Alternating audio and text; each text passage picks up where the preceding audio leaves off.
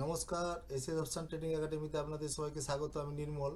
আমরা আগামী মঙ্গলবার অর্থাৎ 27শে জানুয়ারি নিফটি এবং ব্যাংক নিফটির এক্সপায়ারি, তাই আমরা নিফটি এবং ব্যাংক নিফটির সাপোর্ট রেজিস্ট্যান্স অ্যানালাইসিস করে দেখাবো। প্রথমে আমরা ব্যাংক নিফটির ইন্দামানির কলের প্রিমিয়াম লাগিয়েছি এবং ইন্দামানির পুটের প্রিমিয়াম লাগিয়েছি।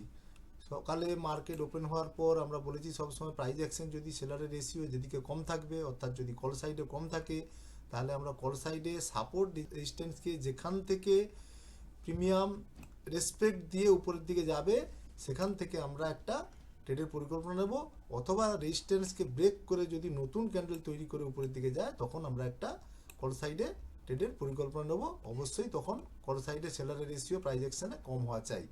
এরপর যদি পুট সাইডে দেখা যায় সেলারের রেশিও কম, এক্ষেত্রেও তাই আমরা পুট সাইডে সাপোর্ট রেজিস্ট্যান্সকে ফলো করে একটা যেখান থেকে রেসপেক্ট দিয়ে প্রিমিয়াম উপরের দিকে যাবে সেখান থেকে আমরা একটা ট্রেডের পরিকল্পনা নেব, অথবা যদি রেজিস্ট্যান্সকে ব্রেক করে নতুন ক্যান্ডেল তৈরি করে উপরের দিকে যায় এবং প্রাইস অ্যাকশন আমার ফেভারে থাকে তখন একটা পুট সাইডে আমরা ট্রেডের পরিকল্পনা নেব। এটা গেল ব্যাংক নিফটির। এবার নিফটির আমরা ইন্দামানির কলের প্রিমিয়াম লাগাচ্ছি বাম দিকে, আর ইন্দামানির পুটের প্রিমিয়াম লাগাচ্ছি ডান দিকে। আমরা সাপোর্ট রেজিস্ট্যান্স লাগিয়েছি।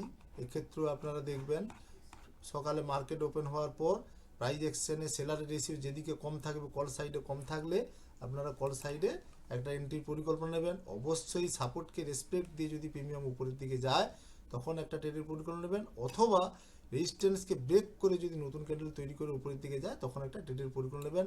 আর প্রিমিয়াম যদি এইসব জায়গায় মাঝামাঝি জায়গায় কোথাও সাপোর্ট রেজিস্ট্যান্সের মাঝে যদি ঘোরাফেরা করে তখন কিন্তু কোনো ট্রেডের আপনারা নেবেন না। অবশ্যই প্রাইস অ্যাকশন ফলো করে ওয়েট করবেন। প্রিমিয়াম হয় আপনার সাপোর্টকে কাছে এসে সাপোর্টকে রেসপেক্ট দিয়ে বা উইক বানিয়ে এখান থেকে যদি উপরের দিকে যায় তখন একটা ট্রেড নেবেন, অথবা এখান থেকে যদি আবার উপর দিকের এই রেজিস্ট্যান্সকে ব্রেক করে নতুন ক্যান্ডেল তৈরি করে উপরে যায় তখন একটা ট্রেডের পরিকল্পনা নেবেন।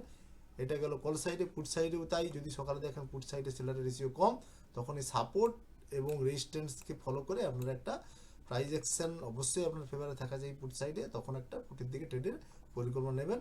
আর যদি আমাদের এই অ্যানালিসিস ভিডিও ভালো লেগে থাকে আমাদের চ্যানেলটিকে অবশ্যই লাইক এবং সাবস্ক্রাইব করবেন। নমস্কার।